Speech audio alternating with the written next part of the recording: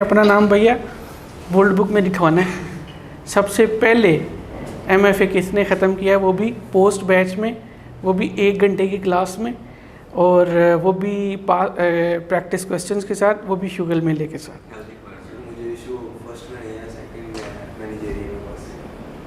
Second chapter में second part जो है इसका मैनेजरियल का फाइनेंशियल एनालिसिस। फाइनेंशियल एनालिसिस वो तो सबके लिए दुख का बायस है। और मरता पता कहाँ पे बच्चा? मैनेजरियल में। अभी मैंने तुझसे सवाल पूछ लेना, तेरी बात हो जानी। ज़्यादा चांसेस उड़ने के होते हैं मैनेजरियल में, क्योंकि बच्चे को लिखना नहीं आता। हाँ, हाथ भी नहीं लगाना। देखा भैया, वो बच्चे को लिखना नहीं आता वहाँ पे। बिस्मिल्लाहिर्रहमान।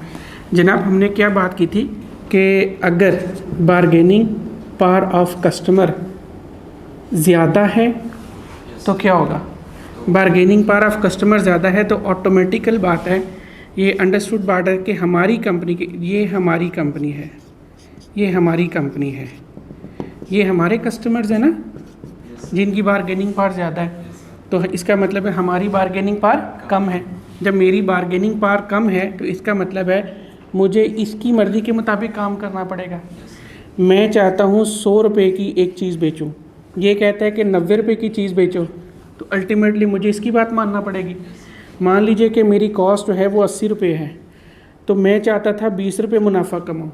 अब मैंने इसकी बात मानी है, मैं 90 रुपये की बेच रहा हूँ, तो अब मेरा प्रॉफिट कहाँ पे आ गया? 10 रुपये पे आ गया। तो यहाँ पे देखिए, कस्टमर की बारगेनिंग पावर ज़्यादा होने की वजह से मेरे प्रॉफिट्स जो हैं वो अफेक्ट हो रहे हैं कि नहीं हो रहे? एज एन इन्वेस्टर आप कैसी कंपनी में इन्वेस्ट करना चाहते हो, जहाँ पे प्रॉफिट ज़्यादा हो या जहाँ पे प्रॉफिट कम हो? जहाँ would you like to invest in this kind of company which has customer with the high bargaining power? तो यही लिखा हुआ है कि ऐसी ऑर्गेनाइजेशंस जिसमें जो कस्टमर्स हैं उनकी बारगेनिंग पावर हाई होती है, वो कंपनी के प्रॉफिट्स को बर्बाद कर देती है, और इन्वेस्टर्स ऐसी कंपनी में इन्वेस्ट नहीं करते हैं। आप क्या कर रहे हैं अभी? हम क्या कर रहे हैं?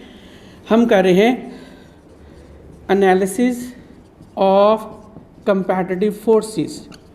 एनालिसिस ऑफ कंपैटिटिव फोर्सेस करें, या यूँ कह लीजिए इसे हम लोग इंडस्ट्री एनालिसिस भी कहते हैं। बेटा, इंडस्ट्री एनालिसिस भी कर रहे हैं। ये कल मैंने बात की थी कि इंडस्ट्री एनालिसिस कौन करता है? जनाब, स्ट्रेटेजिक मैनेजर करता है, जिसको ब्रैकेट में हम लोगों ने डायरेक्टर कहा था। यानी वो ऑर्गेनाइजेशन जो कि ऑलरेडी इंडस्ट्री में मौजूद है, उसी कंपनी का डायरेक्टर ये कंपैटिटिव एनालिसिस करेगा। ठीक है। दूसरा, एक बंदा जिसके पास $500 बिलियन है, वो भी करेगा, क्योंकि वो देख रहा है कि मुझे पाकिस्तान में इन्वेस्ट करना चाहिए, मुझे इंडिया में इन्वेस्ट करना चाहिए, मुझे बांग्लादेश में इन्वेस्ट करना चाहिए। उसने क्या किया? सबसे पहले इकोनॉमिक एनालिसिस, उसने कंट्री एनालिसिस किया। ठीक हो गया, उसने कंट्री एनालिसिस किया, इसका किया, इसका किया, इसका किया। उसने क्या किया? एनालिसिस कहता है इसको छोड़ दो, इसको छोड़ दो, इसको जो है वो पाकिस्तान को चूज़ कर लीजिए। जब वो पाकिस्तान में आता है तो उसको काफ़ी सारी इंडस्ट्रीज़ नज़र आती हैं। यहाँ पे हजूर सीमेंट इंडस्ट्री भी है, यहाँ पे फर्टिलाइज़र इंडस्ट्री भी है, यहाँ पे टेक्सटाइल इंडस्ट्री भी है, यहाँ पे एजुकेशन इंडस्ट्री भी है, यहाँ पे हेल्थ इंडस्ट्री भी है, यहाँ पे टेलीकम्युनिकेशन इंडस्ट्री भी है। वो ये कहता है, अब उसके सामने एक ऑप्शन, दूसरी ऑप्शन, तीसरी ऑप्शन, चौथी ऑप्शन, पाँचवीं और छठी ऑप्शन है। किस इंडस्ट्री में इन्वेस्ट करना चाहिए जिसके प्रॉफिट्स जो हैं वो आज की तारीख में भी ज़्यादा हैं, एंड इट इज़ एक्सपेक्टेड कि कल भी वो ज़्यादा होंगे, है ना? तो अगर मैं ये देखता हूँ कि एक ऐसी कंपनी, फॉर एग्जांपल मैं ये कहता हूँ कि टेक्सटाइल कंपनी जो है, टेक्सटाइल इंडस्ट्री जो है, इसमें आज तो प्रॉफिट ज़्यादा हैं, लेकिन कल प्रॉफिट जो है वो इरोड होने वाले हैं, नीचे जाने वाले हैं। मुझे कैसे पता लगा? मैंने कंपैटिटिव फोर्सेस एनालिसिस किया। मैंने कहा कि जनाब, आज बारगेनिंग पावर ऑफ कस्टमर क्या है, कल को क्या होने वाली है। आज बारगेनिंग पावर ऑफ सप्लायर का है, कल क्या होने वाली है। कंपटीशन की इंटेंसिटी आज क्या है, कल क्या होने वाली है। थ्रेट फ्रॉम सब्स्टिट्यूट आज क्या है, कल क्या है। थ्रेट फ्रॉम न्यू एंट्रेंट आज क्या है और कल क्या है। आज मालूम पड़ा कि सिचुएशन बड़ी फेवरेबल है, लेकिन इट डजेंट मीन के environment remains same through out the life, it changes. कल मालूम पड़ा कि सिचुएशन अनफेवरेबल हो गई है ना, आज ये सारी कम है, तो भाई ये कल को बढ़ भी तो सकती हैं। कैसे बढ़ सकती हैं? इंटरनेट की वजह से। कल हम लोगों ने पढ़ा था कि कोई ऐसी चीज़ आ जाती है, कोई ऐसा इवेंट इनकर हो जाता है जिससे ये हमारी इंडस्ट्री की कंपोजिशन ही बदल जाती है। तो भैया कल को ये अनफेवरेबल हो सकता है। तो क्या मेरे लिए ये टेक्सटाइल इंडस्ट्री फेवरेबल होगी? नहीं होगी। तो एज एन इन्वेस्टर मैं ऐसी इंडस्ट्री से दूर भागूंगा जिसके profits with the passage of time जो है वो इरोड होते जा रहे हैं। देन अगले पैराग्राफ में भी यही लाइन लिखी हुई है। उमेर भाई आप तो नहीं पढ़ रहे ना, घर जाके तो नहीं पढ़ रहे? इसने देखो कितने रंगीन किए हुए सफ़े, ये रंगीन मिजाज है। ओके जनाब, कासिम भाई कुछ समझ तो नहीं आया? गुड, यही मैं चाहता था।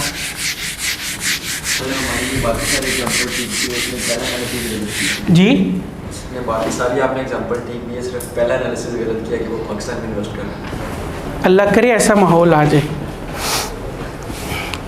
चलिए जनाब, कासिम भाई आपने परेशान नहीं होना, घबराना नहीं है, भले मुझे अरेस्ट कर लें, घबराना नहीं है आपने।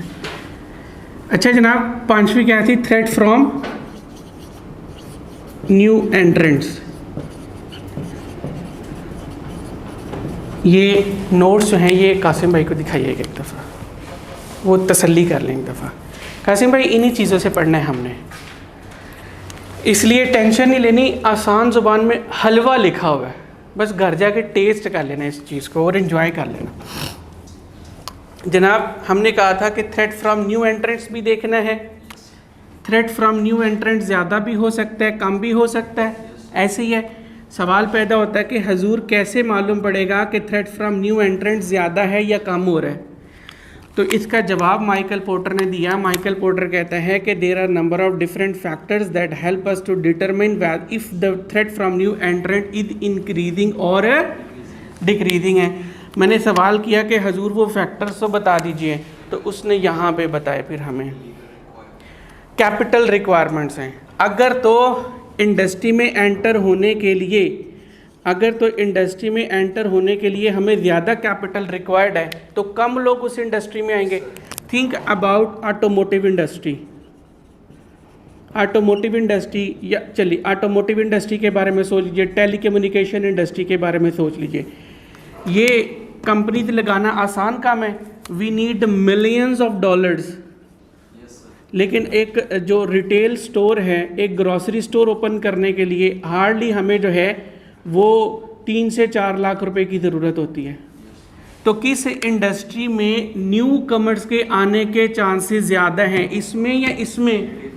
इसमें। तो threat from new entrants high किस में होगा? इसमें होगा या इसमें होगा? इसमें होगा। सेकंड होगा जनाब लीगल रिक्वायरमेंट्स हैं।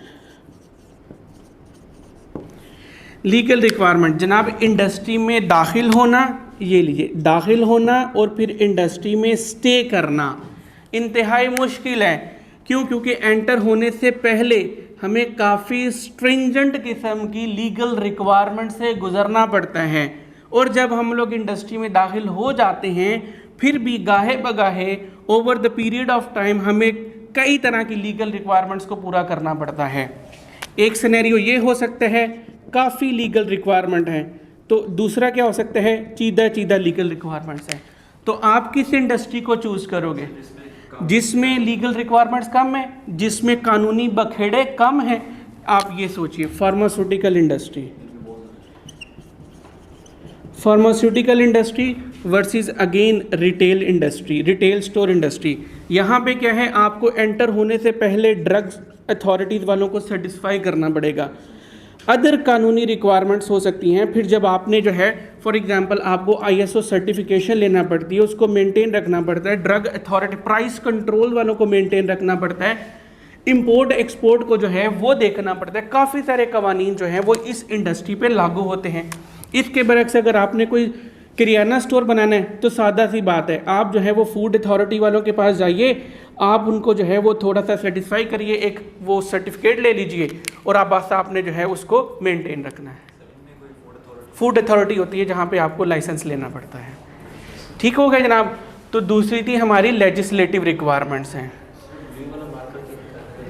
जी, नहीं आ रहा, छोड़ देते हैं जनाब, इसमें ये कर लेते हैं। ठीक हो गया जनाब, लीगल रिक्वायरमेंट है। तीसरा है गवर्नमेंट की inclination. Number 3 government inclination. Qasim भाई अब समझ आ रही है कि नहीं आ रही? हाँ, ईमानदारी से बताना। अम्मी और अब्बू दोनों ही कसम उठा करते हैं? दोनों ही ठीक है। नहीं, उनकी कसम उठानी है। अगर उससे शर्म हया नहीं आती है तो उनकी उठा लो जिनसे आती है। वो है कोई ऐसा? नहीं। गवर्नमेंट की इंक्लाइनेशन, गवर्नमेंट की हम लोगों ने इंक्लाइनेशन देखने, गवर्नमेंट का रुझान देखना है। गवर्नमेंट का रुझान किस तरफ है? गवर्नमेंट जो है वो फॉर एग्जांपल एक्सपोर्ट को प्रमोट करती है और इंपोर्ट को अक्सर गवर्नमेंट जो है वो डिस्करेज करती हैं। तो हमने ये देखना है कि गवर्नमेंट जब एक्सपोर्ट को प्रमोट करेंगी तो डेफिनेट बात है वो अपनी पॉलिसी को रिलैक्स करेंगी, और जब इंपोर्ट को डिस्करेज करेंगी तो अपनी पॉलिसी को जो है वो स्ट्रिंजेंट करेंगी। इसको में तो आप किस इंडस्ट्री में जाना चाहोगे? एक्सपोर्ट इंडस्ट्री में जाना चाहोगे? ठीक है। तो इसका मतलब ये है कि एक्सपोर्ट इंडस्ट्री जो है वहाँ पे threat from new entrant high हो जाएगा, और जो इंपोर्ट इंडस्ट्री है उसमें थ्रेट फ्रॉम न्यू एंट्रेंट कम हो जाएगा। दूसरी बात, इंपोर्ट, ये है सीमेंट कंस्ट्रक्शन इंडस्ट्री और ये है सिगरेट इंडस्ट्री। ठीक हो गया। सीमेंट इंडस्ट्री को गवर्नमेंट जो है वो प्रमोट करती है। गवर्नमेंट चाहती है कि लोग कंस्ट्रक्शन सेक्टर में आएँ, वो अपनी पॉलिसी को जो है वो रिलैक्स कर देती है। यहाँ पे स्ट्रिंजेंट किस्म की वो उसने जो है वो पॉलिसीज़ बना रखी हैं।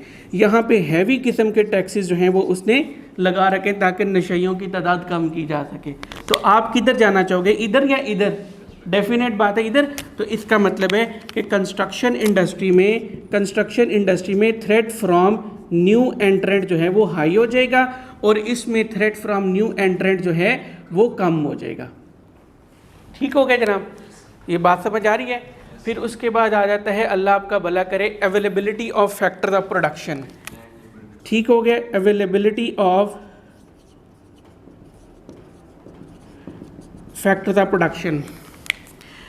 अगर तो factor of production easily available हैं, फॉर एग्जांपल हमने कोई इंडस्ट्री ए है, इस इंडस्ट्री में हमें, चलिए यहाँ पे देख लीजिए, एक है रिसर्च इंडस्ट्री और दूसरी कोई और बता दीजिए।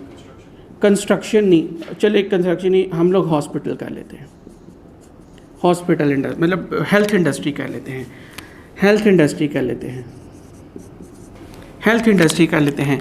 रिसर्चर, पाकिस्तान में रिसर्चर आसानी मिल जाते हैं, पाकिस्तान में रिसर्च का कल्चर ही कोई नहीं है। तो आप ऐसी यहाँ पे लोग इन्वेस्ट करेंगे? नहीं करेंगे। पता है हम लोग यहाँ पे करेंगे तो बाहर हार्वर्ड से मंगवाना पड़ेगा, हमें जो है वो ऑक्सफोर्ड से जो है वो मंगवाना पड़ेगा रिसर्चर, हमें जो है वो कैम्ब्रिज से मंगवाना पड़ेगा, मैनचेस्टर से मंगवाना पड़ेगा, क्योंकि रिसर्चर है ही कोई नहीं है। तो उसके बरक्स आप हॉस्पिटल बनाना चाहोगे, इट पुटे डॉक्टर लग जाता है। तो फैक्टर ऑफ प्रोडक्शन जिस इंडस्ट्री में अवेलेबल हैं, लोग उस इंडस्ट्री में आना चाहेंगे, रादर के एक ऐसी इंडस्ट्री में है जहाँ जिससे related associated factor of production हमें अवेलेबल ही नहीं है। तो अगर फैक्टर ऑफ प्रोडक्शन अवेलेबल हैं तो थ्रेट फ्रॉम न्यू एंट्रेंट्स बढ़ जाता है। अगर factor of production with respect to the industry available नहीं है तो फिर क्या है, थ्रेट फ्रॉम न्यू एंट्रेंट्स कम हो जाता है। टेक्नोलॉजिकल वाइब्रेशन है, इंडस्ट्री टेक्नोलॉजिकली वाइब्रेट करती है, वाइब्रेंट है। यहाँ पे ले लेते हैं जनाब टेलीकम्युनिकेशन, मोबाइल बनाने वाली इंडस्ट्री को ले लेते, यहाँ पे रिटेल इंडस्ट्री को ले लेते हैं। टेक्नोलॉजी किससे रिलेटेड जो है वो ज़्यादा है, कौन टेक्नोलॉजी को इस्तेमाल ज़्यादा करता है? ये वाली, और ये इसमें इस्तेमाल इतना ज़्यादा है नहीं है, सिर्फ ये कि आपने पॉइंट ऑफ सेल जो है वो रखना होता है। इसकी टेक्नोलॉजी हर 6 महीने के बाद चेंज हो जाती है, 6 महीने के बाद चेंज होने का मतलब ये है कि आपके पास उतने डॉलर्स या आपके पास उतने रुपीस होने चाहिए, इकट्ठे होने चाहिए, ताकि आप नई टेक्नोलॉजी को सीने के साथ लगा सको। अब ये बड़ा ही मुश्किल होता है कि हर 5 या 6 महीने के बाद 5 या 6 महीने के बाद आपके पास जो है वो $100 मिलियन इकट्ठा हो जाए ताकि आप नई टेक्नोलॉजी को सीने के साथ लगा सको। तो आप इस इंडस्ट्री में एंटर होने को प्रेफर करोगे या इस इंडस्ट्री को? Retail industry. क्यों नहीं जा रहे हो? वहाँ पे जनाब टेक्नोलॉजिकली वाइब्रेंट कंपनी है, ये टेक्नोलॉजिकली वाइब्रेंट इंडस्ट्री है। तो बात समझ में क्या आता है कि जो इंडस्ट्री टेक्नोलॉजिकली वाइब्रेंट होती है उसमें थ्रेट फ्रॉम न्यू एंट्रेंट कम हो जाता है, और जो इंडस्ट्री टेक्नोलॉजिकली लेस वाइब्रेंट होती है वहाँ पे लोग ज़्यादा जाने को प्रीफर करते हैं, तो वहाँ पे threat from new entrant high हो जाता है। जी rivalry among firms in competitors है। जिस इंडस्ट्री में कंपटीशन ज़्यादा होता है उस इंडस्ट्री में जाना चाहोगे या एक ऐसी इंडस्ट्री में जाना चाहोगे जिसमें कम कंपटीशन है? तो जहाँ पे कम कंपटीशन है वहाँ पे थ्रेट फ्रॉम न्यू एंट्रेंट बढ़ जाएगा, ठीक है, और जहाँ पे कंपटीशन ज़्यादा है वहाँ पे थ्रेट फ्रॉम न्यू एंट्रेंट कम हो जाता है। That's all. हमारा पोर्टर 5 फोर्सेस मॉडल जो है वो मुक गया। ठीक हो गया जनाब? कितना आसान था, है ना मेहर भाई? ऐसे जैसे वो सर बोली जा रहे और मेरे दिमाग में उतरता जा रहे, बारिश के कतरे नहीं होते जैसे वो प्याले के अंदर जाते जा रहे हैं, ऐसे ख़त्म हो गया ना। अभी आई कैप आपको कॉल करे तो आप पेपर दे सकते हैं, ऐसे ही है? नहीं आप सर आप ज़्यादा ही शौके हो गए हैं। सच्ची में कॉल है? कासिम भाई समझ आ गई यहाँ पे? देख लें, अब तूने कसम उठाई नहीं तो वो मर जाएंगी, नहीं तो वो छोड़ जाएंगी तुम्हें जिनकी तुमने कसम उठाई है। पेरेंट्स की बात नहीं कर रहा। हाँ ये तो ना की बात कर। क्यों जनाब, ये बात सही कर रहा है? आजकल तो ऐसे हो ही नहीं सकता, इतना प्यारा बच्चा हो और इसके साथ ताल्लुक़ भी ना हो किसी का हो। 3-4 साल हो सकती है एक ही जगह। हाँ ये देखे ना, एडा तो शरीफ आदमी। बिस्मिल्लाहिर्रहमानिर्रहीम। जी जनाब,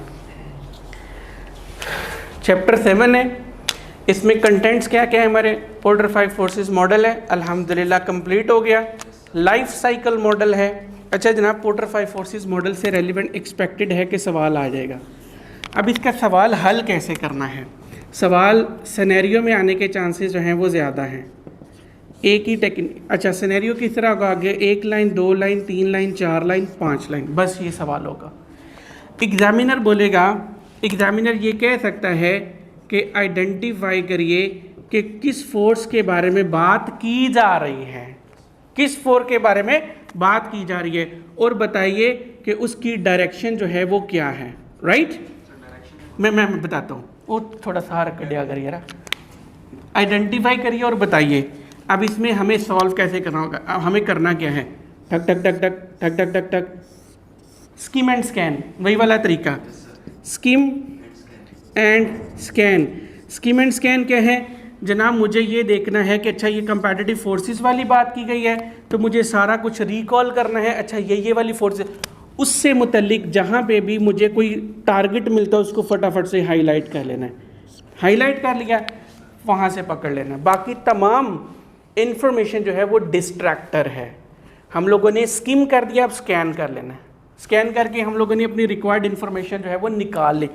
बताना है एग्जामिनर को, देखिए लिखने का मसला कोई नहीं है, बताना है एग्जामिनर को इस सिनेरियो में फलां कंपैटिटिव फोर्स के बारे में बात की जा रही है। सबसे पहले उसका सही आंसर दो, जो वो चाहता है उसका आंसर क्या था? आइडेंटिफाई करो।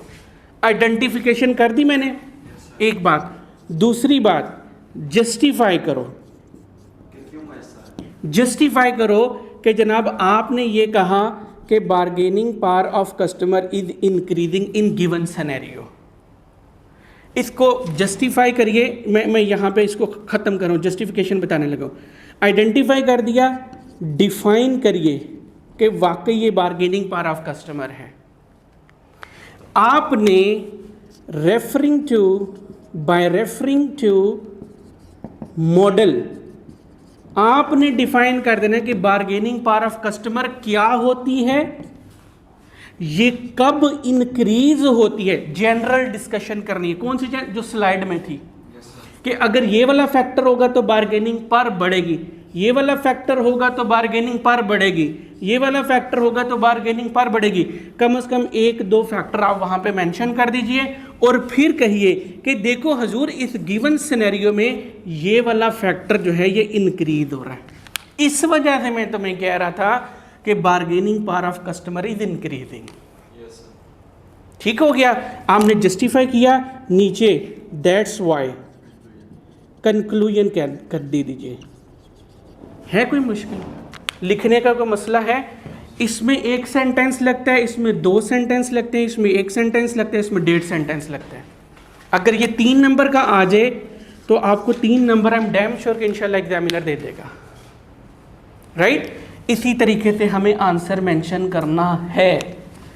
सबसे पहले एग्जामिनर की रिक्वायरमेंट क्या, आइडेंटिफाई करो। मैंने आइडेंटिफाई कर दिया उसको, अब बताना है ये बार्गेनिंग पावर ऑफ कस्टमर क्यों है। तो कैसे मैं बता सकता हूँ?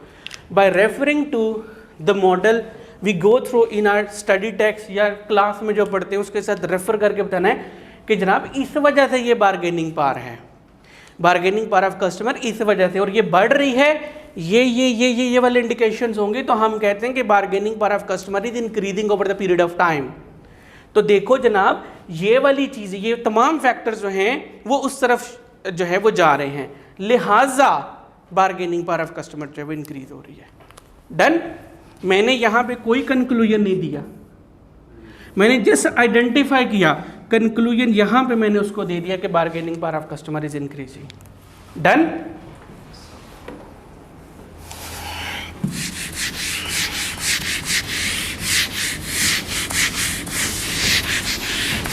नेक्स्ट आता है जनाब, तीसरा है strategic group market segmentation, BCG matrix है, अपॉर्चुनिटीज एंड थ्रेट्स हैं, लाइफ साइकिल मॉडल। बिस्मिल्लाहिर्रहमानिर्रहीम।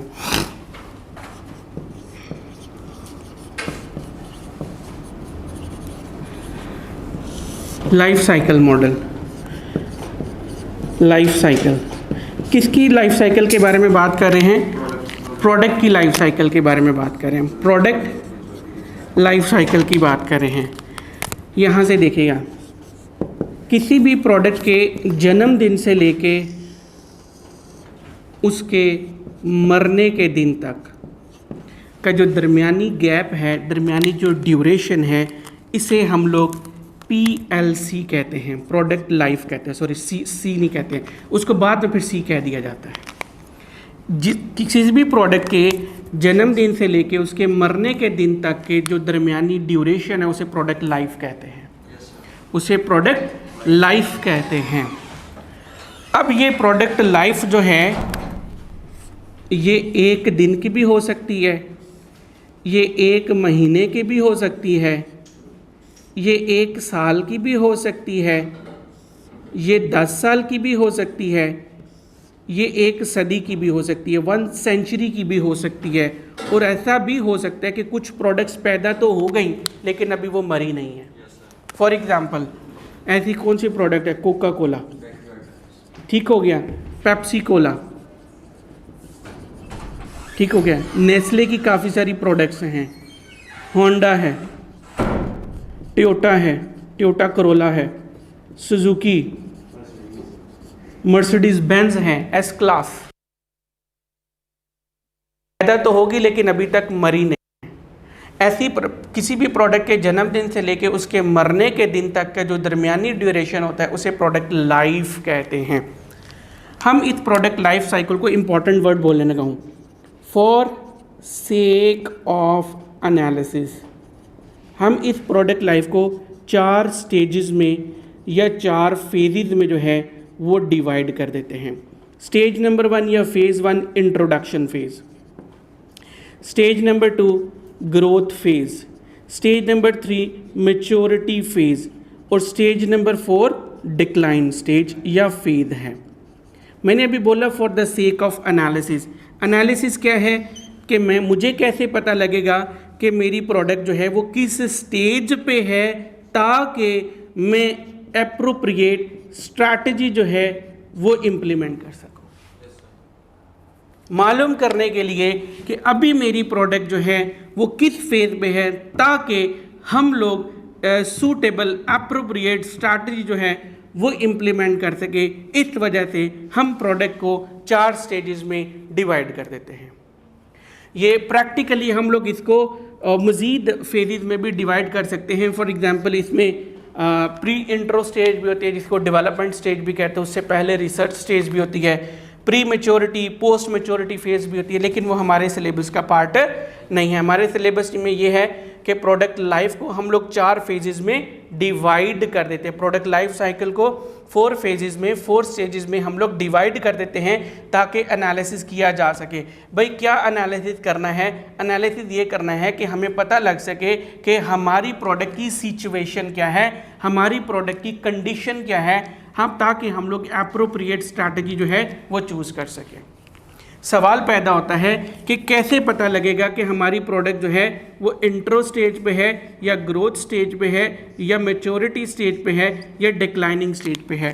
तो जनाब इसका जवाब है number of factors are there that help management to determine if the product is at introduction stage, growth stage, maturity stage या declining stage है। अब वो फैक्टर्स जो हैं वो कौन कौन से हैं? सर ये हमें हेल्प करते हैं आइडेंटिफाई करने में। जी, वो तमाम फैक्टर्स हम लोग गो थ्रू करेंगे, वो तमाम फैक्टर्स हम लोग स्टडी करते हैं। किसी भी प्रोडक्ट के हवाले से वो तमाम फैक्टर्स हम लोग जो हैं वो स्टडी करते हैं और फिर हम लोग कहते हैं कि अच्छा हमारी प्रोडक्ट जो है वो लाइफ साइकिल के इंट्रो स्टेज पे है और इंट्रो स्टेज पे ये वाली स्ट्रैटेजी सूट करती है। अच्छा हमारी प्रोडक्ट जो है वो लाइफ साइकिल के ग्रोथ स्टेज पे हैं और ग्रोथ स्टेज में फ़लाँ स्ट्रैटेजी हमें जो है वो इम्प्लीमेंट करना चाहिए। अच्छा हमारी प्रोडक्ट जो है वो मैच्योरिटी फेज में एंटर हो चुकी है। अच्छा हमारी प्रोडक्ट जो है वो डिक्लाइनिंग स्टेज में एंटर हो चुकी है। कैसे पता लगेगा? उन तमाम फैक्टर्स को स्कैन, मॉनिटर, एनालाइज या असेस करते हैं और अकॉर्डिंगली हम लोग स्ट्रैटेजी चूज़ करते हैं। डन। सवाल पैदा होता है कि जनाब वो फैक्टर्स कौन से हैं? इंट्रोडक्शन स्टेज पे, इंट्रोडक्शन फेज़ पे जनाब हम लोग कस्टमर्स के बारे में देखते हैं। कस्टमर्स इंट्रोडक्शन फेज में, अभी प्रोडक्ट जो इमेजिन करिए, विजुलाइज करिए, इंट्रोडक्शन फेज़ में अभी प्रोडक्ट नई नई मार्केट में आई है, तो कस्टमर ज़्यादा होंगे कम होंगे? तुझे नींद आ रही है? नए आदमी सुबह नहा के नहीं आते हो कि लस्सी पी के आते हो? खड़े हो जाओ, हो जा खड़े हो जा। हाँ अब नहीं नींद आएगी। लस्सी पी के आते हो? कौन सी, मीठी के नमकीन? बड़ी अच्छी बात है। तुम उधर ड्राइंग रूम में जा रहे होते हो तो क्लास में जा रहे होते हो? खड़े होकर सुनने अब। अच्छा जनाब इंट्रो स्टेज पे इंट्रोडक्शन स्टेज पे नंबर ऑफ़ कस्टमर जो हैं वो कम होते हैं। नंबर ऑफ़ कस्टमर्स क्यों कम होते हैं? नंबर ऑफ़ कस्टमर्स जो हैं वो बेचारे हिचकचा रहे होते हैं कि पता नहीं नई प्रोडक्ट जो है वो किस तरह की होगी, हमारे पैसे जो हैं वो कम ज़ाया ना हो जाएं। तो हम लोग ये कह सकते हैं कि नंबर ऑफ़ कस्टमर्स की तादाद जो है वो कम होती है। सेकंड, जब अच्छा कस्टमर्स की तादाद कम होती है तो इसका मतलब ये हुआ कि डिमांड भी कम होती है। अच्छा जनाब डिमांड कम होती है, इस बात को याद रखिएगा। जब डिमांड कम है तो जो रिटेलर होगा जिसकी दुकान पे ये सामान बिकना है वो ये प्रोडक्ट मंगवाएगा? वो बोलेगा कासिम भाई इधर देखना है, इधर आइए आप, इधर तशरीफ़ लाइए आप। वो सामान ख़रीदेगा? नहीं ख़रीदेगा। क्यों नहीं ख़रीदेगा? वो कहते हैं कि जनाब मैं मुफ्त में पैसे इन्वेस्ट कर लूँ लेकिन अभी प्रोडक्ट तो बिकेगी नहीं, मेरा पैसा तो डेड हो जाएगा। इसका मतलब है कि हमारा रिटेलर जो है उसका इंटरेस्ट भी शो होता है। हम लोग उसके पास जाएंगे तो वो बोलेगा दूर से, नहीं जनाब मुझे आपकी प्रोडक्ट में कोई इंटरेस्ट नहीं है फ़िलहाल। ठीक हो गया जनाब। सप्लायर की बात करते हैं। हम अपने सप्लायर से जो है वो क्रेडिट मांगते हैं। सप्लायर कहता है कि जनाब मैं आपको क्रेडिट नहीं दे सकता।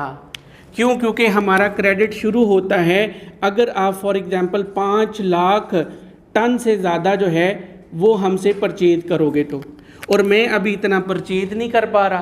क्यों नहीं मैं परचेज़ कर पा रहा? क्योंकि मेरी उतनी प्रोडक्शन नहीं है। क्यों उतनी प्रोडक्शन नहीं है? मेरी उतनी जो है वो डिमांड नहीं है। मैं इससे क्रेडिट की बात करता हूँ या मैं इससे डिस्काउंट की जो है वो बात करता हूँ तो मुझे नहीं मिलता, मजबूरन मुझे इसकी दी हुई प्राइस पे सामान ख़रीदना पड़ता है। ऐसे ही है। आगे बात करते हैं। यहाँ रिटेलर है तो रिटेलर से पहले जो है वो डिस्ट्रीब्यूटर आता है ना। डिस्ट्रीब्यूटर जो है वो भी नखरे करता है, वो भी कहता है कि जनाब नहीं, आपको पहले कैश में पेमेंट करना होगी, फिर मैं आपका माल जो है वो दुकानों पे पहुंचाऊंगा। ऐसे ही है वो, हम उसे कहते हैं रेट कम कर ले, वो कहता है नहीं जनाब हम रेट कम ही नहीं कर सकते हैं। ऐसे ही होगा। चलिए आगे बात करते हैं। फिर उसके बाद इसका मतलब ये है कि भाई कस्टमर हमारा क्यों नहीं ख़रीद रहा, हमारी डिमांड जो है वो क्यों कम है। शायद बहुत सारे कस्टमर्स को अभी मालूम ही नहीं है, या बहुत सारे कस्टमर जो हैं वो रिलक्टेंट हैं या हेजिटेशन का शिकार हैं। ऐसे ही है ना। इसका मतलब ये है कि हमें एडवर्टीज़मेंट करना पड़ेगी। एडवर्टीज़मेंट करना पड़ेगी। क्यों एडवर्टीज़मेंट करना पड़ेगी? ताकि जिनको मालूम नहीं है उनको मालूम हो कि अच्छा ये प्रोडक्ट भी मार्केट में मौजूद है, उनको मालूम हो कि अच्छा ये फ़लाँ मसला भी हमारा मौजूद है और उसके हल के लिए ये वाली प्रोडक्ट मार्केट में मौजूद है। सर ये मसले वाली बात है। आज से कोई 30-35 साल पीछे चले जाओ, पैम्पर्स थे? क्या थे? टाकियाँ, लंगोटी जो इसने पहनी थी, पैम्पर। तो PNG ने कहा कि ओए अल्लाह के बंदो, तुम्हारा तो ये भी मसला है और उस मसले का हल हमारे पास है। ठीक है ना। उस मसले का हल, आज से कोई 10 साल पीछे चले जाओ, इलेक्ट्रिक गाड़ियाँ थी, हमने लोगों को बताया कि तुम्हारा मसला ये भी है, तुम्हें ये सहूलत भी मिल सकती है। ठीक है। तो एडवर्टीज़मेंट करना पड़ती है, एडवर्टीज़मेंट करना पड़ती है, साथ में हमें प्रमोशनल एक्टिविटीज़ भी करना पड़ती हैं। प्रमोशनल एक्टिविटीज़ भी करना पड़ती हैं ताकि जो कस्टमर हमारे पास आ गया वो हमारा लॉयल बन जाए। हमारा ना सिर्फ लॉयल बन जाए बल्कि वर्ड्स ऑफ माउथ से मज़ीद लोगों को हमारी तरफ लेकर के आए। पॉइंट्स मिलते हैं। आप 2 दोस्तों को लेकर के आओगे आपको 10 पॉइंट्स मिलेंगे। आप 4 दोस्तों को लेकर आओ आपको 10% डिस्काउंट मिलेगा। क्या मतलब है? ताकि वो जो लोग हेजिटेंट हैं आप उनको जा कर के बताओ यार ये प्रोडक्ट बहुत अच्छी है। उमैर को बताओ पैम्पर लगाया करो, मुझे वॉशरूम नहीं जाना पड़ता। अगर तुम इसको साथ लेकर के आओगे कि सर मैं कासिम को भी लेके आएंगे, 2 लड़के लेके आए हूँ, इनको 4-4 पैकेट पैम्पर के दे दो, तो नेक्स्ट टाइम तुम्हें जो पैम्पर का पैकेट मिलेगा वो 10% ऑफ पे मिलेगा। ठीक है। प्रमोशनल एक्टिविटीज़, इसका मतलब ये है कि हमें हैवी किस्म की कॉस्ट जो है वो बर्दाश्त करना पड़ेगी, लेकिन हमारा रेवेन्यू जो है वो क्या है, वो कम है, ना होने के बराबर है। क्यों? क्योंकि अभी तो डिमांड ही कोई नहीं है, कॉस्ट ज़्यादा है। क्यों ज़्यादा है? एडवर्टीज़मेंट करना पड़ती है, प्रमोशनल कॉस्ट करना पड़ती है। फिर अगर प्रोडक्शन कॉस्ट की बात की जाए तो प्रोडक्शन कॉस्ट पर यूनिट जो है वो भी काफ़ी ज़्यादा होती हैं। क्यों? क्योंकि हमें शॉर्ट रन प्रोडक्शन करना पड़ती है। इसका मतलब क्या है? हमारी कैपेसिटी है 5 लाख यूनिट की, लेकिन अभी मैं जो है वो 1 लाख यूनिट जो है वो बना रहा हूँ, तो पर यूनिट कॉस्ट मेरी ज़्यादा हो जाएगी। फिक्स कॉस्ट पर यूनिट जो है वो मेरी ज़्यादा हो जाएगी, तो मेरी कॉस्ट ज़्यादा हुई कि ना हुई, तो रेवेन्यू ऑलरेडी कम है। और यहाँ पे जो कैश फ्लो है वो भी नॉर्मली नेगेटिव में होता है, पल्ले से लगा रहे होते हैं हम लोग। तो मैं ये देखूँगा कि मेरे कस्टमर का जो रवैया है वो कैसा है। अगर तो मालूम पड़ता है कि customer is reluctant, customer hesitation का शिकार है, डिमांड कम है, तो मुझे पता लग जाएगा कि मेरी प्रोडक्ट जो है वो इंट्रो स्टेज पे है। मैं अपने रिटेलर डिस्ट्रीब्यूटर को देखता हूँ, मुझे पता लगता है कि वो मेरी प्रोडक्ट में इन्वेस्ट करने के लिए तैयार नहीं है, तो मुझे पता लग जाएगा कि मेरी प्रोडक्ट इंट्रो स्टेज पे है। क्यों नहीं है? क्योंकि मार्केट में डिमांड नहीं है। Number 3, supplier. मेरा सप्लायर भी मेरी बात मानने को तैयार नहीं है। क्यों? क्योंकि मैं उसकी मर्जी के मुताबिक सामान नहीं परचेज कर रहा, मैं अभी उसका मेजर कस्टमर नहीं बना। इन अदर वर्ड्स मेरी बार्गेनिंग पावर जो है वो अभी कम है और सप्लायर की बार्गेनिंग पावर ज़्यादा है। जब मालूम पड़ता है कि सप्लायर की बार्गेनिंग पावर ज़्यादा है, इट मीन्स कि my product is at intro stage है। एडवर्टीजमेंट कॉस्ट ज़्यादा करना पड़ रही है, प्रमोशनल कॉस्ट ज़्यादा करना पड़ रही है, शॉर्ट रन प्रोडक्शन की तरफ जाना पड़ रहा है, तो मुझे पता लग जाएगा कि मेरी प्रोडक्ट जो है वो इंट्रो स्टेज पे है। तो इन फैक्टर्स को स्टडी करके तो मुझे पता लग सकता है कि मेरी प्रोडक्ट जो है वो किस स्टेज पे है। ठीक हो गया। यहाँ पे पढ़िए, कस्टमर है, कस्टमर हेजिटेट करता है, हेजिटेशन का शिकार होता है, रिलक्टेंट होता है, वो प्रोडक्ट में इन्वेस्ट नहीं करता, उसको डर होता है कि अगर मैंने ये प्रोडक्ट परचेज कर ली तो मुझे नुकसान हो जाएगा। जब जनाब हमारी डिमांड कम है तो जो डिस्ट्रीब्यूटर है वो हमारी प्रोडक्ट में क्यों कर इन्वेस्ट करेगा, वो भी रिलक्टेंट होता है। जब डिस्ट्रीब्यूटर इन्वेस्ट नहीं करता, हम कहते हैं क्रेडिट पे सर्विसेज प्रोवाइड कर दो, हम उसको कहते हैं कि डिस्काउंट दे दो, तो इसका मतलब ये होता है कि वो नहीं मानता, इसका मतलब ये होता है कि वो इन्वेस्ट करने को तैयार नहीं है। इन अदर सेंस मैं ये कह सकता हूँ कि bargaining power of distributor is high, और जब bargaining power of distributor high है तो मेरी प्रोडक्ट अभी इंट्रो स्टेज पे है। सप्लायर है वो भी मुझे उधार सामान देने को तैयार नहीं होता, वो कहता है भैया आप माइनर से क्लाइंट हो, ये इतनी तो हम अमाउंट उधार पे नहीं देते हैं, कम से कम इतनी अमाउंट हो तो हम उधार भी दें और डिस्काउंट भी दें। जब कोई सप्लायर उधार देता है या डिस्काउंट दे रहा होता है हैवी किस्म के, इन अदर वर्ड्स वो सप्लायर जो है वो हमारी प्रोडक्ट में, हमारी सर्विसेज में इन्वेस्ट कर रहा होता है। इस स्टेज पे हमारा सप्लायर हमें किसी तरह की फेवर देने के लिए तैयार नहीं है, इसका मतलब है कि वो हमारी प्रोडक्ट में इन्वेस्ट करने के लिए तैयार नहीं है, हमें उसकी मर्जी के मुताबिक चलना पड़ेगा। Bargaining power of supplier high है। सब्स्टिट्यूट कंपटीशन है, अभी तो नई नई प्रोडक्ट मार्केट में आई है, कंपैटिटर या तो बिल्कुल ही नहीं होगा या एक आधा कंपैटिटर होगा। अगर प्रोडक्ट उसकी ऐसी है और हम नहीं आए मार्केट, हाँ, तो इसका मतलब है स्मॉल नंबर ऑफ कंपैटिटर्स होंगे। यहाँ पे लिखा हुआ है small number of competitors as the product is new. नहीं सर, जिस तरह से प्रोडक्ट है, मर्सिडीज़ ने इलेक्ट्रिक गाड़ी निकाली, फर्स्ट टाइम मार्केट में आ गया, अब ऑडी ने निकाली है, ठीक है, तो अभी मार्केट में स्मॉल नंबर ऑफ, ऑडी के पर्सपेक्टिव से वो एक नई प्रोडक्ट है, इंट्रो स्टेज पे होगी, लेकिन मार्केट में उसके सप्लाई कंपैटिटर जो है उनकी तादाद कम होगी। हम लोग यहाँ पे एज्यूम करें कि अभी तक किसी ने कोई प्रोडक्ट नहीं लॉन्च की है, वो दुनिया में आई पहली दफ़ा, जैसे उमेर भाई दुनिया में पहली दफ़ा आए थे आज से कोई 30-35 साल पहले, तो स्मॉल नंबर ऑफ कंपैटिटर्स होंगे। इसका मतलब है कि इंडस्ट्री में जो कंपटीशन होगा वो कम होगा। सब्स्टिट्यूट है, भाई प्रोडक्ट ही पहली दफ़ा आई है तो सब्स्टिट्यूट कहाँ से आएंगे, ठीक है, अभी तो देखना है कि कस्टमर इसको रिस्पॉन्ड करता है या नहीं करता। ये प्रोडक्ट कस्टमर की किस स्पेसिफिक नीड को सेटिस्फाई करती है कि तुझे खड़े होते भी नींद आ रही है, जाओ बैठो जाके। कस्टमर को जो है वो इसका मतलब है समझ नहीं आ रही, नींद तब आती है जब समझ नहीं आ रही होती, समझ आ रही है बस, ऐसे ही साइकोलॉजी दिमागी तौर पे जो है वो मसले हैं।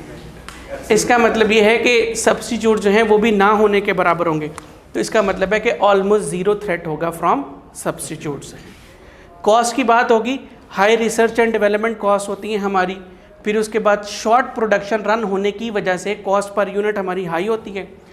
इंटेंसिव प्रमोशन करना पड़ती है ताकि हमारी डिमांड जो है वो इंक्रीज़ हो।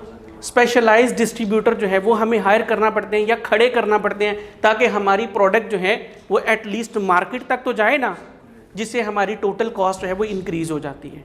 जब हमारी टोटल कॉस्ट इंक्रीज़ हो जाती है तो इसका मतलब है हम लोग ये कह सकते हैं कि हमारी प्रोडक्ट जो है इंट्रो स्टेज पे है। रेवेन्यू की बात करें, चूँकि डिमांड कम है, लॉजिकल बात है, अभी कस्टमर नहीं आ रहा हमारी तरफ, डिमांड कम है, इसका मतलब है सेल भी हमारी कम होगी और हमारा रेवेन्यू जो है वो बिल्कुल कम होगा। रेवेन्यू कम है, कॉस्ट ज़्यादा है, सप्लायर की बारगेनिंग पावर ज़्यादा है, कस्टमर की बारगेनिंग पावर ज़्यादा है, डिस्ट्रीब्यूटर हमारे सामने अकड़ के चलता है और जो है वो थ्रेट फ्रॉम न्यू एंट्रेंट भी कम है, थ्रेट फ्रॉम सब्स्टिट्यूट भी कम है। ये तमाम फैक्टर्स जब मैं गो थ्रू करता हूँ मुझे पता लगता है कि मेरी product is at introduction stage है। सर जैसे टेस्ला ने अपनी ऑटोमेटिक गाड़ियाँ निकाली थी, वो भी एक न्यू प्रोडक्ट थी, उन्होंने पहले इतनी एडवर्टीजमेंट कर दी हुई थी कि जब उन्होंने गाड़ी लॉन्च की तो वो हाथों हाथ, वो इसी वजह से ताकि जब हम लोग हमारी ये शॉर्ट प्रोडक्शन रन ना हो, इस वजह से हमारी कॉस्ट ना ज़्यादा लगे। सर क्या उस प्रोडक्ट का कोई इंट्रो स्टेज आया होगा? डेफिनेट बात है, अभी वो नई नई दुनिया में आई है, जब भी वो नई नई दुनिया में आती है उसका इंट्रोडक्शन स्टेज होता है। वो ये है कि वो फटाफट से जो पहले दिन ही 50 गाड़ियाँ बिक गई, पहले दिन ही 100 गाड़ी बिक गई, पहले एक गाड़ी बिकी होगी, फिर वो बढ़ती बढ़ती जो है वो आगे गई होगी।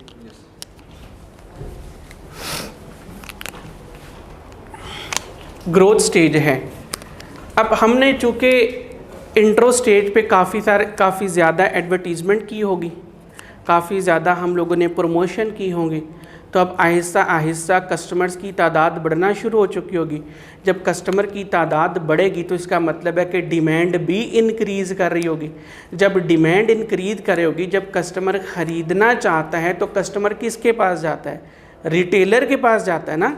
कस्टमर रिटेलर के पास जाता है। इसका मतलब है रिटेलर की आंखें खुलना शुरू हो जाती हैं कि अच्छा इस प्रोडक्ट की डिमांड भी मौजूद है।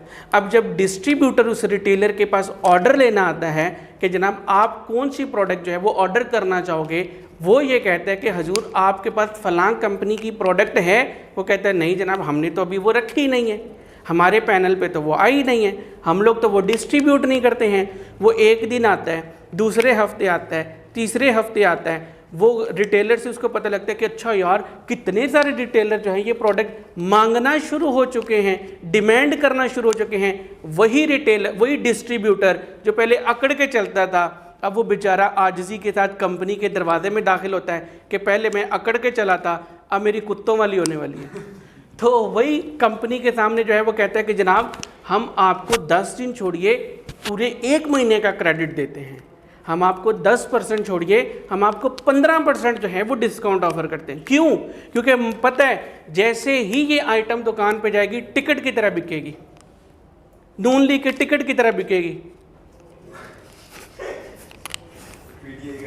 हाँ ठीक हो गया, तो धड़ाधड़ बिकेगी और हमारा कैश जो है विद प्रॉफिट आ जाएगा। ठीक है। अब यही कंपनी सप्लायर से पहले 50,000 टन खरीदती थी, अब सप्लायर को बोलेगी 1 लाख टन, अगले महीने 1.5 लाख टन, उससे अगले महीने 3 लाख टन, उससे अगले महीने 5 लाख टन, उससे अगले महीने। अब सप्लायर को भी होश आना शुरू हो जाती है। अब सप्लायर भी कहता है यार इसकी तो परचेज प्रोपोर्शन जो है वो बढ़ता ही चला जा रहा है।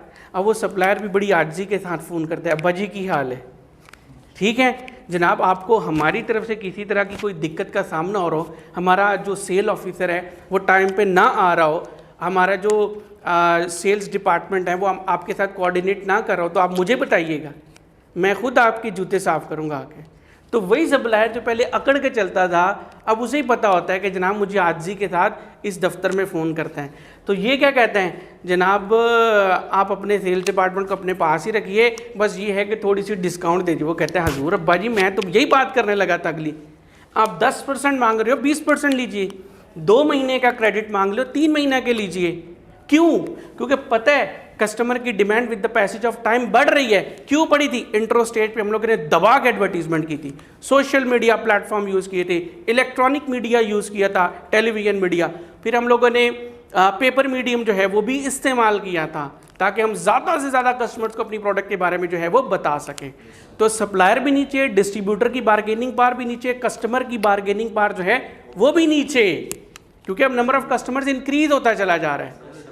जी ठीक हो गया। अब यहाँ पे देखिए ये सब कुछ लिखा है, एडवर्टीजमेंट अट्रैक्ट्स मोर कस्टमर। अच्छा यहाँ पे आगे पहले बात करते हैं कंपटीशन। बाहर बैठा कासिम देख रहा होता है, उसकी रालें बाहर आ रही होती हैं, वो इस प्रोडक्ट की डिमांड तो धड़ाधड़ बढ़ती जा रही है, प्रोडक्ट मार्केट में आने से पहले बिक जाती है, चल मैं भी इस तरह की फैक्ट्री लगाता हूँ जाके, मैं भी पैम्पर लगाता हूँ, मैं भी पैम्पर बनाता हूँ जाके, मैं भी इलेक्ट्रिक गाड़ी बनाता हूँ जाके, मैं भी जो है ये वाली चीज़ बनाता हूँ। तो with the passage of time, over the period of time, number of competitors बढ़ना शुरू हो जाते हैं प्रोडक्ट मार्केट। जी सर इधर फिर इशू तो वो पहले वाले सप्लायर भी होता होगा ना, मतलब जो पहले बिजनेस कर रहा है उसने इतनी एडवर्टीजमेंट किया, न्यू प्रोडक्ट लॉन्च किया, लोगों तक पहुंचाई है, अब जो नेक्स्ट कंपेटिटर आएगा उसको उससे कम मेहनत करनी पड़ेगी। डेफिनेट बात है, वही बात होगी ना। सप्लायर्स देखते हैं कि सप्लायर क्या देखते हैं, मेरे पास कितने कस्टमर्स मौजूद हैं। अब अगर सप्लायर को पता है पहले सिर्फ कंपनी ए थी, अब कंपनी बी भी आ गई है, तो उसका वो जो थोड़ी सी आजिज़ी आई थी ना वो थोड़ा सा सीधा होता है, फिर वो थोड़ा सा सीधा होता है, फिर वो थोड़ा सा सीधा, फिर बिल्कुल अकड़ जाता है। आगे चलेंगे वो फिर सप्लायर अपनी पोजीशन पे वापस आ जाता है। कंपटीशन बढ़ेगा with the passage of time. क्यों? क्योंकि कासिम को लगेगा कि ये प्रोडक्ट बड़ी धड़ाधड़ बिक रही है, इसकी रालें भी बाहर आना शुरू हो जाएंगी। प्रोडक्ट मार्केट में आ गई, अब लोगों को पता लग जाएगा कि ये प्रोडक्ट कस्टमर की किस स्पेसिफिक नीड को सेटिस्फाई कर रही है, उस नीड का पता लग जाएगा।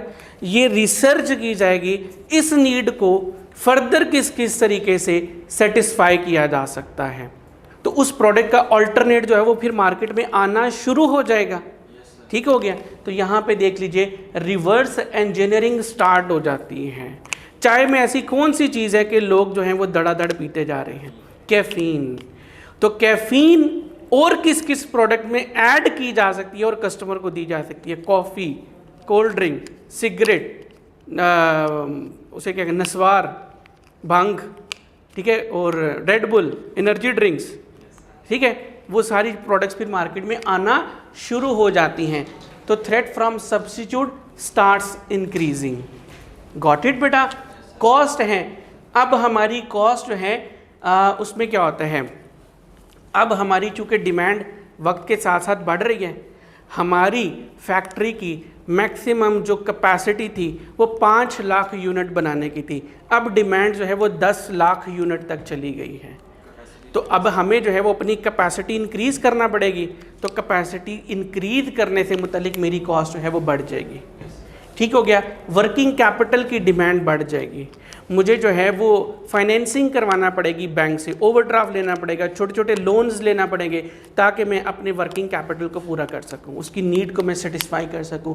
हाई प्रमोशनल कॉस्ट होगी, मेरा कस्टमर मेरे पास आ रहा है, नंबर ऑफ़ कंपैटिटर्स भी बढ़ रहे हैं, नंबर ऑफ सब्स्टिट्यूट प्रोवाइडर्स भी बढ़ रहे हैं। तो पॉसिबिलिटी है कि मेरा कस्टमर मेरी प्रोडक्ट को छोड़ के कंपैटिटिव प्रोडक्ट की तरफ चला जाए या वो सब्स्टिट्यूट की तरफ चला जाए, ये पॉसिबिलिटी है। मुझे इन कस्टमर्स को बांध के रखना है, तो बांध के रखने के लिए मुझे प्रमोशनल एक्टिविटीज़ करना पड़ती हैं, लॉयल्टी प्रोग्राम्स होंगी, पॉइंट सिस्टम हो गया, बाय 1 गेट 1 फ्री हो गया, अपने दोस्त को लाओ और 4 पैम्पर ऐड मज़ीद ले जाओ जाके। तो इस तरह की प्रमोशनल कॉस्ट, प्रमोशनल एक्टिविटीज़ करना पड़ती हैं, ये मुफ्त में तो नहीं होती हैं, यानी हमें कॉस्ट इनकर करना पड़ती है। रेवेन्यू की बात करते हैं तो चूँकि हमारी demand over the period of time बढ़ती चली जा रही है, इसका मतलब है मेरा टोटल रेवेन्यू जो है वो भी इंक्रीज़ होना शुरू हो जाता है। ये तमाम फैक्टर स्टडी करके, ये तमाम फैक्टर्स एनालाइज करके तो मैं ये डिसाइड कर सकता हूँ, मैं इस नतीजे पे पहुँच सकता हूँ कि मेरी प्रोडक्ट इस वक्त लाइफ साइकिल के किस स्टेज पे है। Got it? मैच्योरिटी स्टेज है, कंपैटिटर्स की तादाद बढ़ना शुरू हो गई थी, मार्केट आहिस्ता आहिस्ता मेच्योर होना शुरू हो जाती है। ठीक है, मार्केट ब्रांड नहीं बन गई, प्रोडक्ट मार्केट मेच्योर हो गई, जितनी उसकी कैपेसिटी थी आहिस्ता आहिस्ता वो ख़त्म होती चली जा रही है। लाख कस्टमर था, लाख कस्टमर पहले सिर्फ मेरा था, अब उसमें दूसरी कंपनी है, तीसरी कंपनी है, चौथी कंपनी है, सैचुरेट हो चुकी है मार्केट। मार्केट जो है वो आहिस्ता आहिस्ता सैचुरेट होना शुरू हो जाती है। सब्स्टिट्यूट जो है अब वो रिवर्स इंजीनियरिंग की बदौलत पहले मार्केट में ग्रोथ स्टेज पे चंद एक जो है वो सब्स्टिट्यूट मौजूद थे, अब काफ़ी सारे सब्स्टिट्यूट्स मार्केट में मौजूद होंगे। अब कस्टमर के पास भी काफ़ी सारी ऑप्शंस जो हैं वो मौजूद होंगी। तो इस स्टेज पे क्या होगा, मेरा रेवेन्यू इंक्रीज़ नहीं करेगा, मेरा रेवेन्यू इंक्रीज, कोई नया कस्टमर मेरे पास नहीं आएगा। हाँ, जो मैंने लॉयल बना लिए थे ग्रोथ स्टेज पे वो मेरे पास ज़रूर रहेंगे, अदरवाइज़ मेरे पास कोई नया कस्टमर नहीं आने वाला, मेरे पास कोई नया कस्टमर नहीं आने वाला। जो सप्लायर है अब मेरी, हाँ मेरे पास कोई नया कस्टमर नहीं आने वाला, हाँ मेरा कस्टमर मुझे छोड़ के ज़रूर जा सकता है। क्यों? क्योंकि अब उस कंपैटिटिव प्रोडक्ट्स की भी काफ़ी सारा ऑप्शंस मौजूद हैं, सब्स्टिट्यूट्स की भी काफ़ी ज़्यादा मौजूद हैं। तो हाई प्रोबेबिलिटी होती है कि मेरा कस्टमर मेरी प्रोडक्ट इस्तेमाल कर करके तंग आ चुका है, ठीक है, अब वो दूसरी प्रोडक्ट्स की तरफ जो है वो निकल जाएगा। जब वो जाएगा तो क्या होगा, मेरी प्रोडक्ट की डिमांड कम होगी। जब मेरी प्रोडक्ट की डिमांड कम होगी तो क्या होगा, मेरी प्रोडक्शन भी कम होगी। जब मेरी प्रोडक्शन कम होगी तो मेरे रॉ मटेरियल की परचेज़ पे भी अफेक्ट होगा, मेरी रॉ मटेरियल की परचेज़ पे भी इम्पैक्ट आएगा। मेरे जो परचेज़ ही, मैं जो 10 लाख टन ख़रीद रहा था अब वो कम हो जाएगा। जब वो कम होगा तो इसका मतलब है अब मेरा सप्लायर सीधा होना शुरू हो जाएगा। सही हो गया, ठीक हो गया। फिर डिस्ट्रीब्यूटर की बात करते हैं, मेरी डिमांड कम हो रही है तो डेफिनेट बात है डिस्ट्रीब्यूटर का इंटरेस्ट भी कम होता चला जाएगा। डिस्ट्रीब्यूटर ने कौन सा मेरे साथ रिश्तेदारी रखी थी, उसने तो इस वजह से मुझे आजिज़ी के साथ फ़ोन किया था कि हजूर आपकी प्रोडक्ट धड़ाधड़ बिक रही है, मैं हिस्सेदार बनना चाहता हूँ। तब तो मेरी प्रोडक्ट की डिमांड जो है वो कम होती चली जा रही है। क्यों कम होती चली जा रही है? मार्केट सैचुरेट होती जा रही है। What is meant by market saturate होती जा रही है? नंबर ऑफ कंपैटिटर्स जो है वो इंक्रीज होते चले जा रहे हैं। नंबर 2, सब्स्टिट्यूट्स की तादाद जो है वो बढ़ती चली जा रही है। चारों पॉइंट्स को हम लोग स्टडी करेंगे। कॉस्ट की बात करते हैं। अब कॉस्ट जो है वो मैं अपनी प्रोडक्ट को डिफ्रेंशिएट करने पे पैसा लगाऊंगा कि जब भी मार्केट में जाए तो मेरी प्रोडक्ट डिफरेंट नज़र आए। या तो मैं उसकी ब्रांडिंग ऐसे करूंगा या मैं उसमें फीचर्स ऐसे ऐड करूंगा कि अगर वो 5-6 प्रोडक्ट्स पड़ी हों, मेरी कंपैटिटिव प्रोडक्ट पड़ी हों, तो सबसे मेरी प्रोडक्ट जो है वो मुख्तलिफ नज़र आए। आप मार्केट में जाते हो, Nestle milk pack, Olpers, Haleeb, Nurpur, Chaudhry milk, ये सारे इकट्ठे पड़े हों, आप कौन सा लेना चाहते हैं? मिल्क पैक लेना तो वही चाहते हैं और ताकत इजाज़त नहीं देती है। मिल्क पैक ख़रीदना चाहते हैं। फॉर एग्जांपल, अगर मार्केट से वो खुला दूध मिलना बंद हो जाए, what would be your option then? Definitely you will prefer to buy Nestle milk pack. सही है। क्यों ऐसा है? उसमें कौन सा जो है वो जन्नत की हूर निकल आती है या वो डायरेक्ट जन्नत से आ रहा होता है दूध? ऐसे तो नहीं है। पैकेजिंग बड़ी अच्छी, उसने डिफ्रेंशिएट किया अपने आप को। सेकंड, उसने ब्रांड पोजीशनिंग की, उसने हमारे माइंड में ये इमेज बनाया कि हम जो दूध आपको प्रोवाइड करते हैं वो सबसे ज़्यादा अच्छा है। तो ये मुफ्त में इमेज बन गया। हाई किस्म की जो है वो एडवर्टीजमेंट कॉस्ट उसने बर्दाश्त की होंगी। ठीक हो कि बड़े बड़े वो जो उसे क्या कहते हैं एक्टर्स का सहारा लेना पड़ा होगा। शाहरुख खान साहब को तकलीफ़ देना पड़ी होगी कि आप आकर के बयान फरमाइए कि नेस्ले मिल्क पैक पी के ये मेरे 6 पैक बने हैं। ठीक है। फेयर एंड लवली मार्केट में जाते हैं वो ख़वातीन तो कोई नहीं है यहाँ पे, लेकिन शायद देख रही हो कोई, तो वो जाती हैं, वो फेयर एंड लोरियल की चीज़ें ही ख़रीदती हैं। अगर लोरियल पड़ा हो और साथ में कोई फेयर एंड लवली हो और साथ में कोई गोल्डन पर्ल पड़ी हो तो दिल तो करता है लोरियल ख़रीदने को। लोरियल जो है वो क्रीम है, वो सर पे लगाते हैं। तुझे लोरियल का नहीं पता? असल में तुम्हारी शादी नहीं हुई ना। लोरियल का पता है ना? लोरियल की ब्यूटी प्रोडक्ट सबसे ज़्यादा महंगी हैं, उससे भी ज़्यादा खैर महंगी हैं, लेकिन इसकी ब्यूटी प्रोडक्ट ज़्यादा महंगी हैं। अच्छा जनाब, ख़वातीन जो है वो लोरियल ही ख़रीदना चाहती हैं। क्यों? ऐसा क्यों है? उन्होंने देखा कि कतरीना कैफ ने लोरियल क्रीम लगाई थी तो वो चमक गई थी। शायद हम भी लोरियल लगाएं तो चमक जाएं, लेकिन ऐसा होता नहीं है। तू लगा के देखी फेस पे हैं, तो आप वही ख़रीदना चाहते हैं। तो हमें अपनी प्रोडक्ट को डिफ्रेंशिएट करने के लिए अच्छा खासा पैसा लगाना पड़ता है। अपनी प्रोडक्ट को मेंटेन रखने के लिए, मार्केट शेयर मेंटेन रखने के लिए भी एडवर्टीज़मेंट करना पड़ती है। प्रमोशनल कॉस्ट भी मज़ीद बढ़ाना पड़ती है ताकि जो हमारा कस्टमर है वो हमें छोड़ करके ना जाए। रेवेन्यू है, रेवेन्यू रिलेटिवली स्टेबल होता है। हमारा जो कस्टमर होता है हम कोशिश करते हैं कि वो हमें छोड़ के ना जाए, लेकिन हाई रिस्क होता है कि हमारा कस्टमर जो है ज़रा सा भी हमने उसकी मर्ज़ी के बगैर कोई काम किया तो वो हमें छोड़ के जा सकता है। इन तमाम फैक्टर्स को स्टडी करके तो हम लोग ये कह सकते हैं कि हमारी प्रोडक्ट जो है वो किस स्टेज पे है? मैच्योरिटी स्टेज पे है। इसी तरह की बकवास जो है वो पेपर में भी की जाएगी। एग्जामिनर 3-4 लाइनों में इसी तरह की जो है वो चवले मारेगा। तो सॉरी यार, वो वीडियो बन रही है। डिक्लाइनिंग स्टेज है। अब आप इसको खुद पढ़िए, देखिए बात समझ में आती है कि नहीं आती है।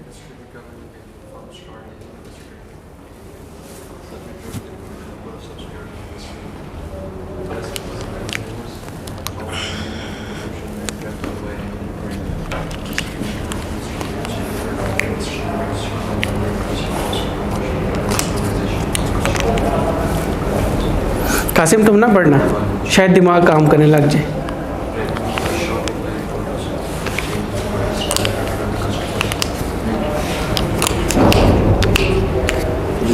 समझ तो नहीं आया? गुड। फैक्टर्स क्या होंगे जिसकी वजह से इस प्रोडक्ट डिक्लाइन की तरफ जाएगा? फैक्टर्स क्या होंगे डिक्लाइन की तरफ? ट्रेंड चेंज हो जाते हैं बाज़ औक़ात। नोकिया 3310 क्यों नहीं खरीदते? सर अभी मार्केट में टेक्नोलॉजी से एडवांस होती चली गई है। वो कौन लेके आया था? कोई नई प्रोडक्ट मार्केट में आ गई।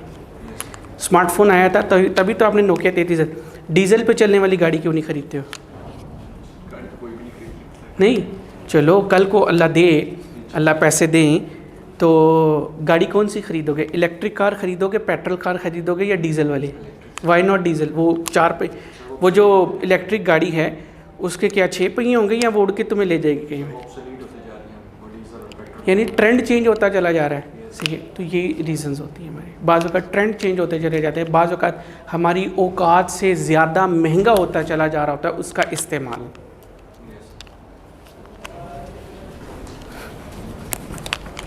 ठीक हो गया जनाब? ये reason to study life cycle product है, ये अब आपने खुद पढ़ना है। तो क्या है सर मैं तो पहला नहीं पढ़ना, तो ये भी दे दो। अभी नहीं पढ़ना, घर जाके पढ़ना।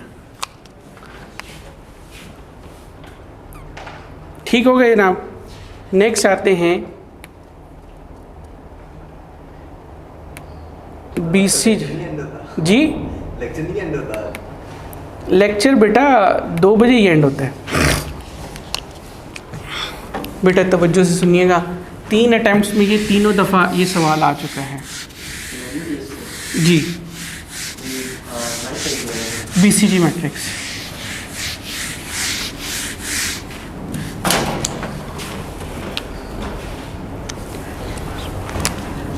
कंपनी की एक से ज़्यादा प्रोडक्ट हो सकती हैं। Yes sir. कंपनी की एक से ज़्यादा प्रोडक्ट जो हैं वो हो सकती हैं। कंपनी की एक से ज़्यादा प्रोडक्ट हो सकती है। कंपनी एक वक्त में जो जो प्रोडक्ट ऑफ़र करती हैं उसे प्रोडक्ट पोर्टफोलियो कहते हैं।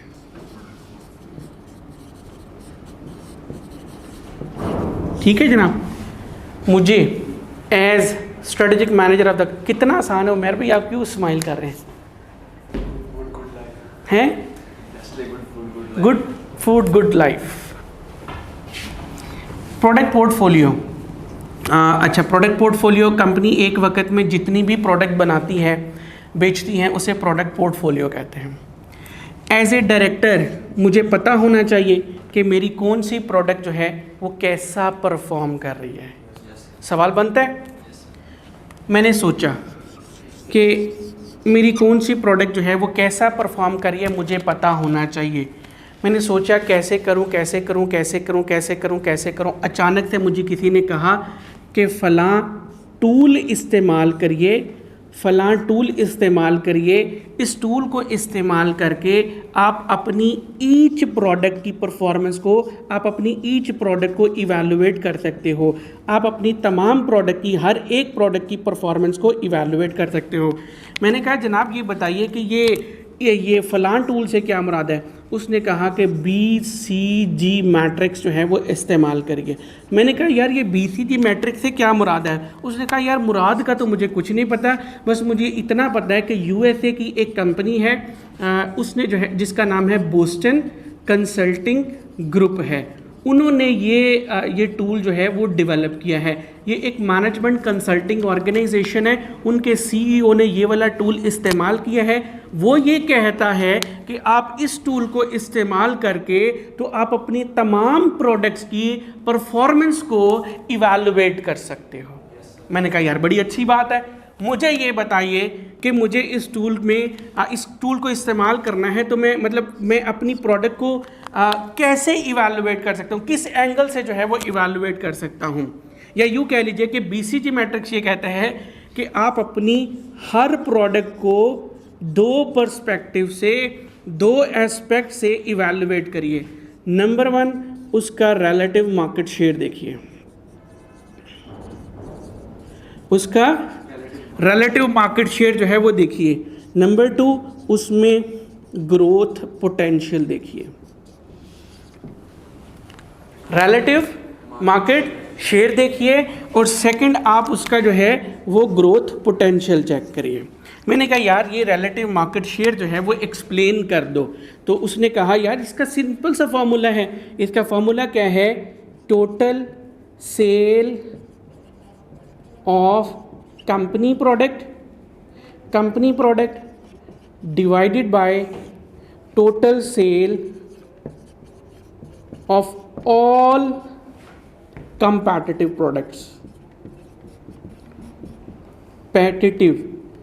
products, including the company product। इससे तुम्हारा रिलेटिव मार्केट शेयर निकल आता है। फॉर एग्जाम्पल अगर मैं जो है वो प्रोडक्ट बनाता हूँ A तो इसका कंपैटिटिव प्रोडक्ट क्या है ए प्लस, इसका कंपैटिटिव प्रोडक्ट क्या है ए माइनस, इसका कंपैटिटिव प्रोडक्ट क्या है ए डैश, इसका कंपैटिटिव प्रोडक्ट क्या है ए प्लस माइनस, इसका कंपैटिटिव प्रोडक्ट जो है वो क्या हो सकता है ए प्लस प्लस। ये कंपैटिटिव प्रोडक्ट्स हैं। तो इसकी फॉर एग्जांपल जो है ये जो है वो 20 यूनिट्स बिकते हैं, इसके जो है वो 35, इसको रुपीज़ में हम लोग कर लेते हैं 20,000, इसको हम लोग ऐसे करते हैं, यहाँ पे लिख लेते हैं रुपी इन थाउजेंड है। इसकी 15,000 की सेल होती है, इसकी 5,000 की सेल होती है, इसकी 3,000 की सेल होती है, इसकी 18,000 की और इसकी 33,000 की सेल होती है।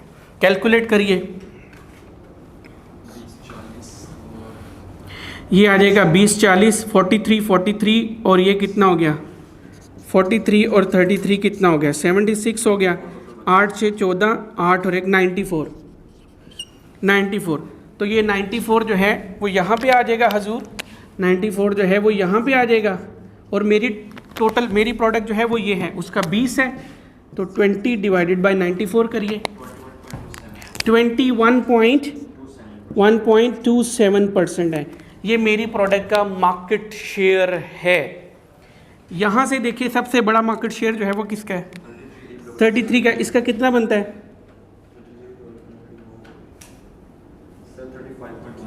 35.10% है। इसका मतलब है कि मार्केट में कोई दूसरी कंपनी है जो कि मार्केट को लीड कर रही है। उस पे बाद में आते हैं। कैलकुलेशन का पता लग गया। अब इसका नतीजा क्या हो सकता है, इसका जो है वो एनालिसिस क्या हो सकता है। मालूम पड़ता है कि मेरी प्रोडक्ट ऐसी है जिसका रिलेटिव मार्केट शेयर ज़्यादा है। दूसरे एंगल को भी देखना है, मालूम पड़ता है ग्रोथ पोटेंशियल भी ज़्यादा है। रिलेटिव मार्केट शेयर ज़्यादा है, ग्रोथ पोटेंशियल भी ज़्यादा है। यहाँ पे हम लोग टेबल बना लेते हैं, product relative market share, M share, growth potential है।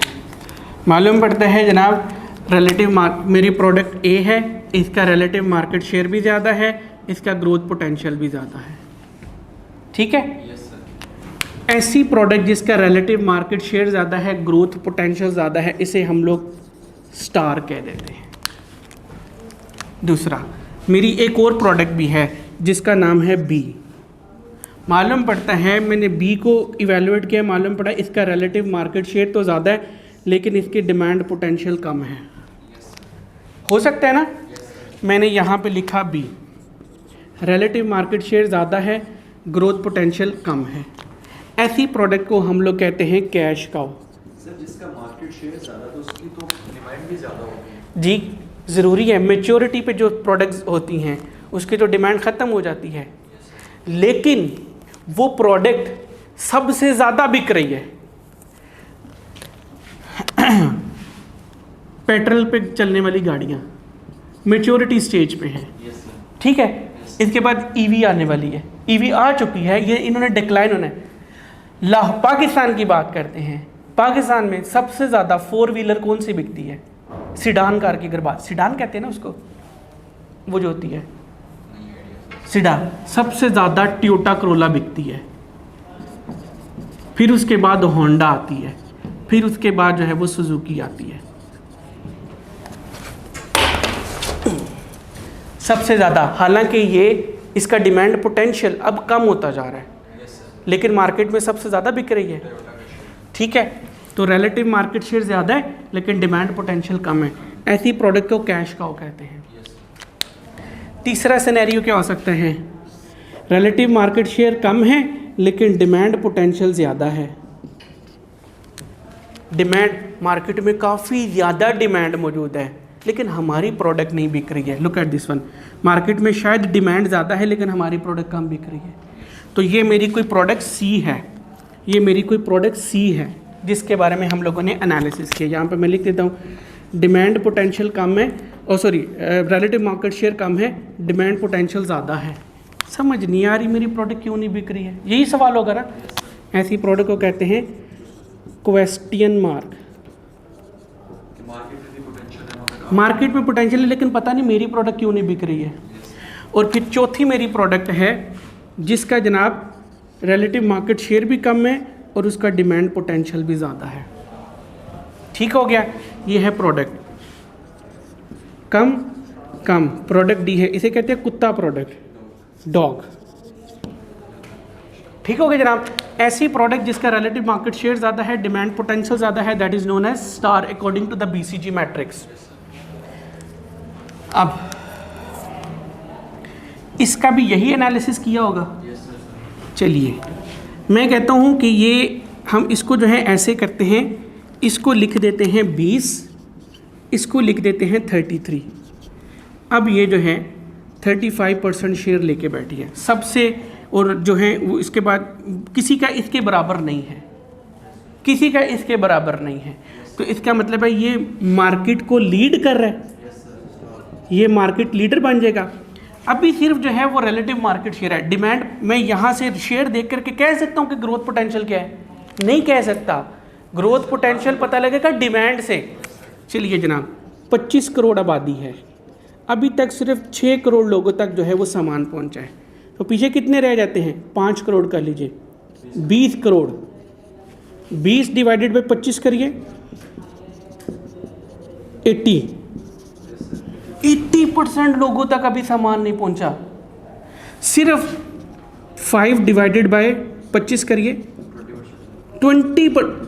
इसको और इसको कंपेयर करो, यहाँ तक पहुंचे, अभी इतने तक पहुंचा ना बाकी, तो डिमांड पोटेंशियल हुआ कि ना हुआ? अब ये देखिए डिमांड पोटेंशियल भी ज़्यादा है, रिलेटिव मार्केट शेयर भी ज़्यादा है। लेकिन सर वो 25 करोड़ हमारी प्रोडक्ट से रेलिवेंट तो नहीं होगा? हैं 25 का 25 हमारी प्रोडक्ट से रेलिवेंट है। मेरी सैमसंग कंपनी है, सही है, तो मैं ऐसी एडवर्टीजमेंट करूं कि वो सारा ही मेरे पास आ जाए, रोक सकता है उनको कोई आने के लिए? वो फिर मेरे ऊपर डिपेंड करता है कि मैं कितने कैलिबर का हूँ। 80% डिमांड पोटेंशियल तो है ना, 80%, तो डिमांड पोटेंशियल हाई है। ऐसी प्रोडक्ट, अच्छा चलिए ठीक है, ऐसी प्रोडक्ट को पैसे की ज़रूरत होती है। धड़ाधड़ एडवर्टीजमेंट करो, धड़ाधड़ पैसा लगाओ ताकि ज़्यादा से ज़्यादा लोगों तक सामान पहुंचे। पैसा कहाँ से आए? अब ये देखना है, ये देखिए मार्केट को लीड कर रहा है। फॉर एग्जांपल मैं जो है वो बी को इवैल्यूएट करता हूँ, बी का मुझे पता लगता है मार्केट में शेयर है 51%। मुझे ये 51% पता लग गया, क्या मुझे कंपैटिटर का शेयर निकालने की ज़रूरत है? पता है ये हाफ से ज़्यादा है तो बाकियों का तो कम ही होगा, लेकिन हुआ पता क्या है? इसको उल्टा कर लीजिए, यहाँ पे 20 करोड़ लोगों तक सामान पहुँच चुका था और पीछे 5 करोड़ लोग रह गए थे। इसका मतलब पोटेंशियल सिर्फ 20% है और जो कवर हो चुका है वो 80% है। रिलेटिवली कम है पोटेंशियल और शेयर ज़्यादा है, शेयर ज़्यादा है, धड़ाधड़ बिक रही है। ठीक है, धड़ाधड़ बिकी जा रही है, इसका मतलब है ये पैसा लेके आ रही है। ठीक है, कैश को पैसा लेके आ रही है। कैश को इससे आने वाला पैसा कहाँ करोगे? इस पे इन्वेस्ट करो, स्टार पे लगाओ, जिसको पैसे की ज़रूरत है उसको दूध पिलाओ। सर उससे ज़्यादा अच्छा था क्वेश्चन पे ना लगा। सुन लेना पहले, इस पे पैसा लगाओ, इस पे पैसा लगाओ, क्योंकि एक तो डिमांड पोटेंशियल ज़्यादा है भैया। इसमें जो है मैं बताता हूँ अभी क्यों नहीं, डिमांड पोटेंशियल भी ज़्यादा है और you are the leader of the market. अब मार्केट को लीड भी कर रहे हो, एक इस पे पैसा लगाओ, दूसरा पैसा पता इसी पे फिर लगाओ। क्यों लगाओ? लीडर है ना, लीडर को किसी भी वक्त चैलेंज किया जा सकता है। कोई भी दूसरी कंपनी आपको चैलेंज करके आपसे ज़्यादा आगे निकल सकती है। तो अपनी इस लीडिंग पोजीशन को मेंटेन करने के लिए ये पैसा लगाओ, एक इस पे पैसा लगाओ, एक अपने आप पे पैसा लगाओ। अपने आप पे क्यों पैसा लगाना है? लीडिंग पोजीशन मेंटेन करनी है। और इस पे क्यों कर पैसा लगाना है? ताकि इसकी सेल जो है वो बढ़े। क्यों सेल बढ़े? Demand potential is high, plus इसके इस लीडिंग पोजीशन को भी बरकरार रखना है। राइट, तीसरा आते हैं, डिमांड पोटेंशियल ज़्यादा है, इसको रिवर्स कर लीजिए, 5 20 80% पोटेंशियल है, 5% जो है वो कवर हुआ है। डिमांड पोटेंशियल तो ज़्यादा है। अब मान लीजिए कि ये 5 है, आपकी प्रोडक्ट है, हम इसको ऐसे करते हैं। मान लीजिए ये डी में मैं लिख रहा हूँ, ये फॉर एग्जांपल ये सारे डी हैं, डी प्लस हैं, ठीक है। ये 5 है और ये 33 पॉइंट निकालिए अब इसका, 5 डिवाइडेड बाई 94, सर 0.531। 0.531%। 33% और इसका क्या कितना था 33%। फॉर एग्जांपल ये कर लेते हैं 35.45% था इसका मार्केट शेयर। इसका मार्केट शेयर कम है, इसका मार्केट शेयर ज़्यादा, यानी आप पीछे हैं, डिमांड पोटेंशियल काफ़ी ज़्यादा है। अब सुनिएगा यहाँ से बेटा जो पैसा आ रहा है ना वो सी पे भी लगाओ, लेकिन सी पे लगाओ कि तुम डिमांड पोटेंशियल कैटर कर सकते हो, प्लस सोच समझ के लगाना, क्योंकि जब तुम पैसा लगाओगे तो डेफिनेट बात है इसकी सेल तो बढ़ेगी। जब इसकी सेल बढ़ेगी तो it means you are going to hit the leading position of C plus C minus. तो जो लीडर है, अगर तुम अपनी इस पोजीशन को सिक्योर कर रहे हो तो क्या वो भी सिक्योर करेगा। सिक्योर करने के लिए क्या हो सकता है, वो डिफेंसिव हो जाएगा, शायद प्राइस वॉर शुरू कर दे। तेरी तो पहले ही मतवज्जी हुई है, तो ये ना हो कि जो बिक रहा है वो भी बिकना बंद हो जाए। तो सोच समझ करके क्या सोचना है कि अगर वो डिफेंसिव हो जाता है, अगर वो प्राइस वॉर में चला जाता है, अब अगर वो क्वालिटी वॉर में चला जाता है, तो क्या तुम उसको बर्दाश्त कर सकते हो। इसलिए सोच समझ करके इस पे पैसा लगाइए। रिकमेंडेड है कि आप इस पे पैसा लगाओ, लेकिन सोच समझ करके। नंबर 4 क्या है, डी, पोटेंशियल भी कोई नहीं है और बिक भी कोई नहीं रहा। पैसा लगाना है सोच समझ करके लगाना। क्यों? क्योंकि पहले पोटेंशियल कोई नहीं है और दूसरा उसका रिलेटिव। जब तुम इस पे पैसा लगाओगे तो डेफिनेट बात है डी की मार्केट में जो डी का मार्केट लीडर होगा, इस मार्केट का जो लीडर होगा वो डिफेंसिव हो जाएगा, तो तेरी जो रही से कसर है वो भी खत्म हो जाएगी। मतलब कि वो किसी की कैश का हो। हाँ जी जी, डेफिनेट बात है, वो किसी की कैश का हो या किसी का, हाँ कैश का होगी वो। डन। तो ये है सारी स्ट्रैटेजीज भी, ये मैंने विद कैलकुलेशन भी बता दिया। बीसीजी मैट्रिक्स क्या होता है ये भी 5.31 है जनाब, ये भी मैंने सारा समझा दिया।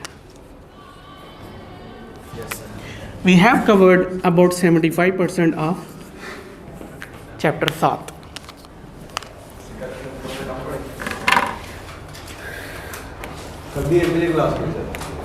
कल तुम एक जुमा इधर ही पढ़ा लोगे फिर? थोड़ी छोटी क्लास में कल क्लास